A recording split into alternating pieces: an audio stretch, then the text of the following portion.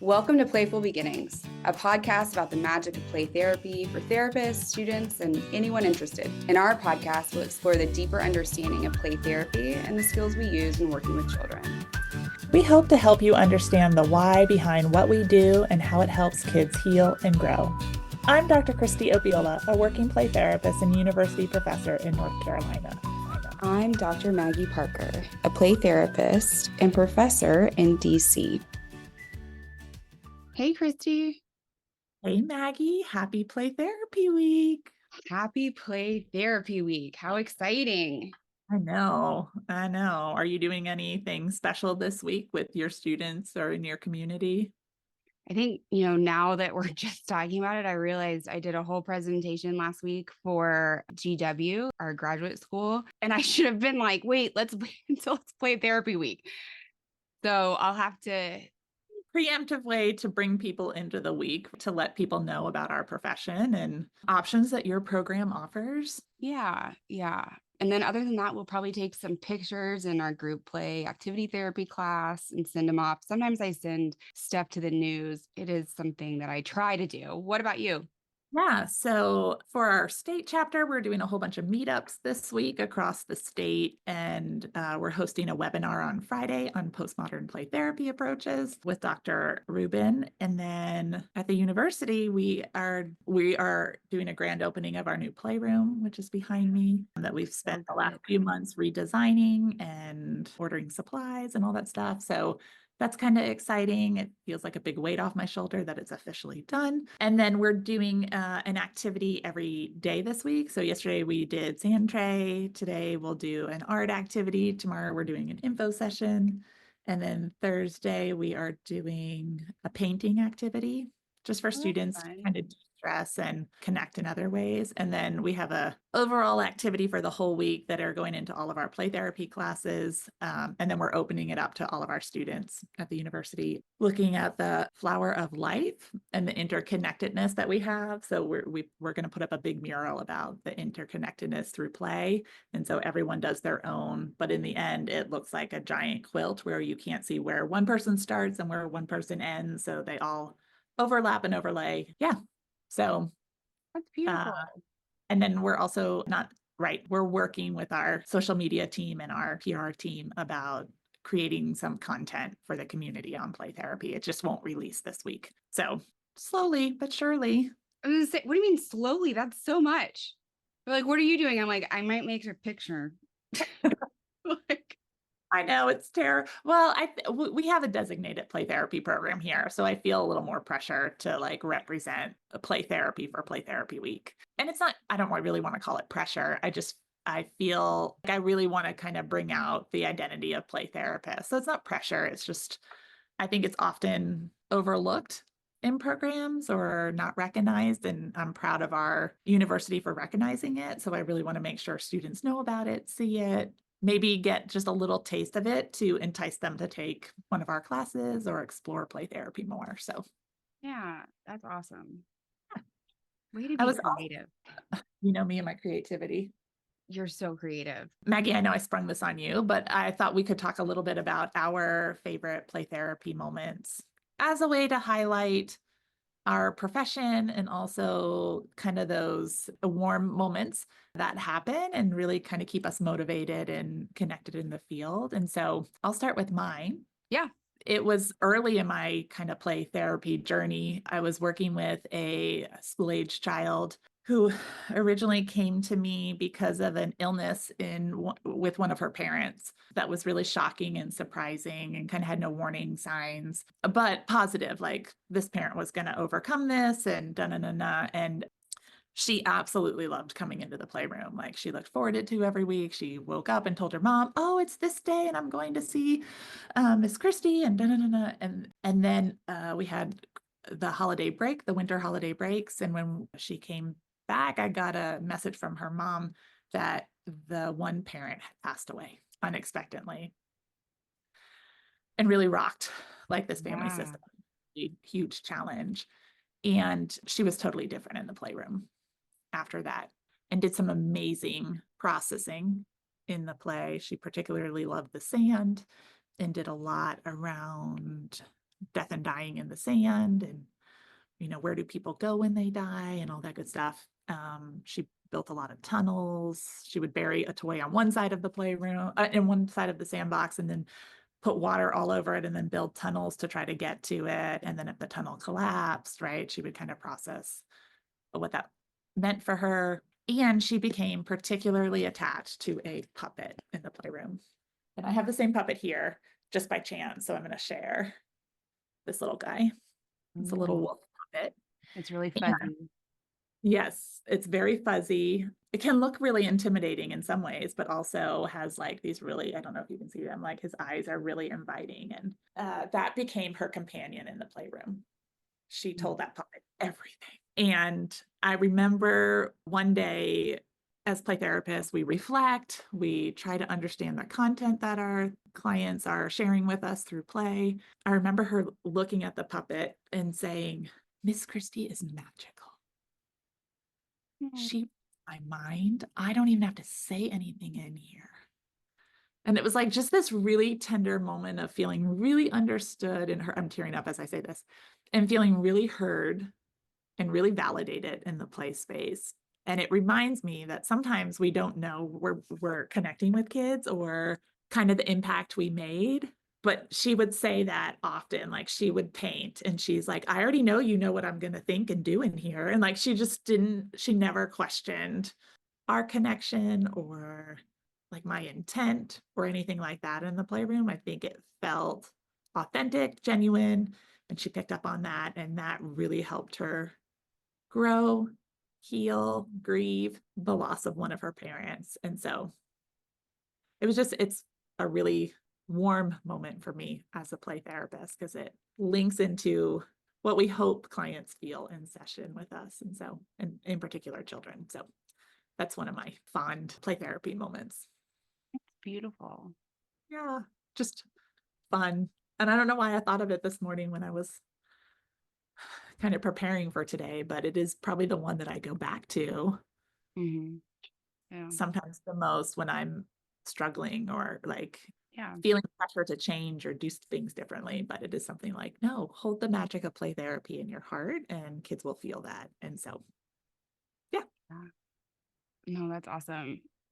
I don't know if I am losing my memory or if I just like blocked out some of my dog program or my time in Mississippi. It's kind of tough to kind of think about. There are two moments one that was most recent and one that's just kind of small and funny. And as I was thinking about this, you and I both really are interested in trauma and childhood trauma. And I just edited out like 3,000 words from this article that we're doing. You talk about And it forever, write about it forever. yes, it's so interesting and it's so misunderstood. And what I realized as I was thinking about this was I've had a lot of kids who've had traumatic experiences throughout. I'm really good at minimizing what I do, being authentic in this moment, right? But I was thinking like I have like worked with a lot of kids who've had trauma. And the first thing it was the second thing that came to mind. And it's something that's just warms my heart. And so this child had experienced some attachment trauma. And I hadn't seen her for very long. She was really young. And she was, I think, playing music at the time. Like she was making like drum sounds. And all of a sudden she tooted really loud. Oh, and I don't know if I said anything, but like she looked up at me with her eyes and she goes, oh, my bottom made music.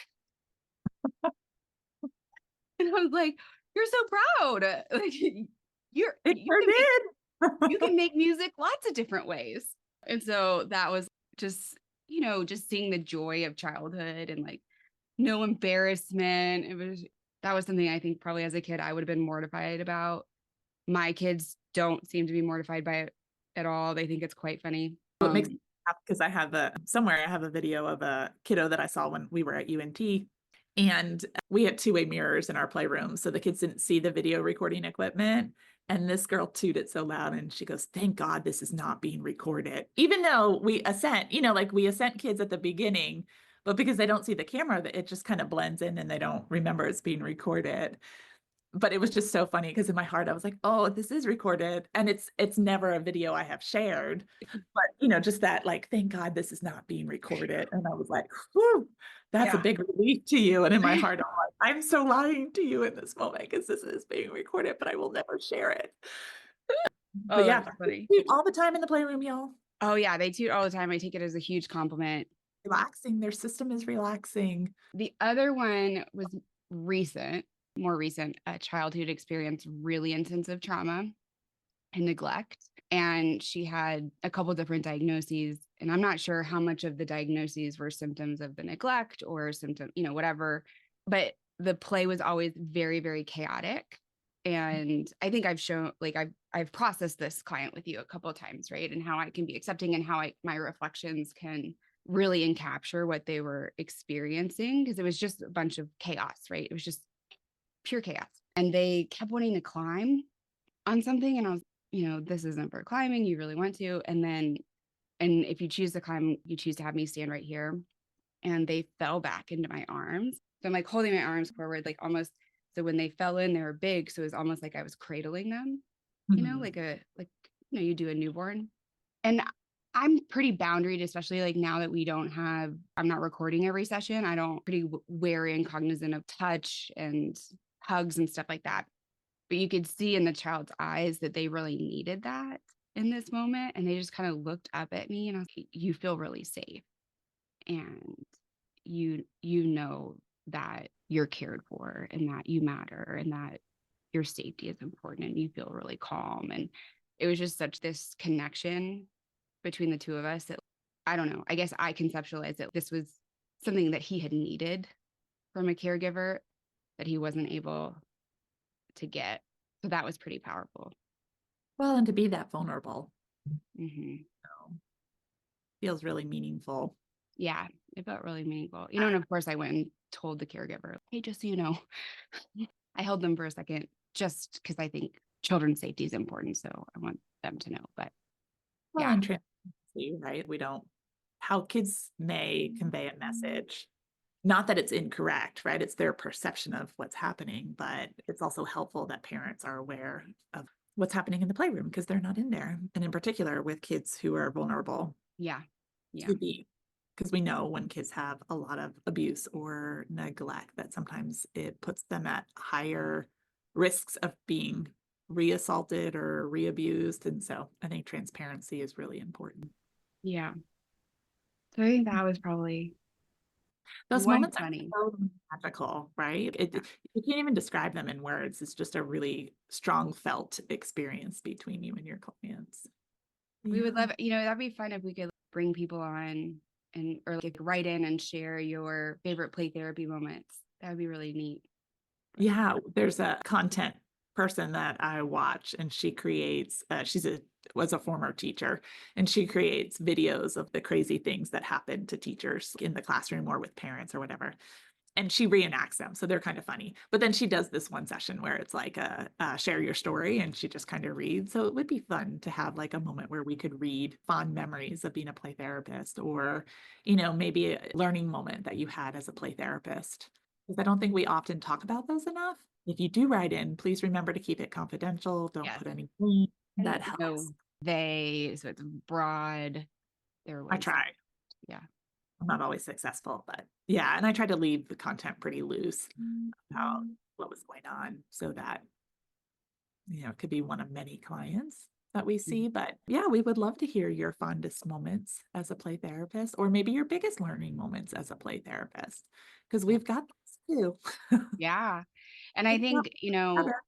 this is going to be like this is a special episode for Play Therapy Week. And so just so everybody knows that we have some big things coming. Kristie and I are going to get a website with maybe some training materials, some opportunities to share and have community resources and links to our favorite books, our favorite toys, all of those things. So that's playtherapyspace.com. And hopefully it'll launch, I think, the beginning of March, right? Yeah. And then we have Instagram that used to be caregiving and we've switched it to the play therapy space. So you can follow us there for tips, and also on Facebook, you can see our pretty picture up there. So really just trying to like create a space for us to learn and grow together. And know that this is a developing thing. So if there's content you want to hear and we haven't shared it yet, please let us know. This started out as a fun project for Maggie and I about being able to connect every week and talk about one of our favorite things to talk about, which is play therapy. But we do hope it's helpful to you. And we're glad you come and join us each week. Yeah. Thanks, guys. Thank you, Kristie. Happy Play Therapy Week. And we're glad to connect with all of our play therapy peeps around the Yes. US and world. Yes. And stay tuned because we have D Ray coming on next week. So that will come out Monday. So yeah. Thanks, Kristie. Bye, Maggie. Happy Play Therapy Week.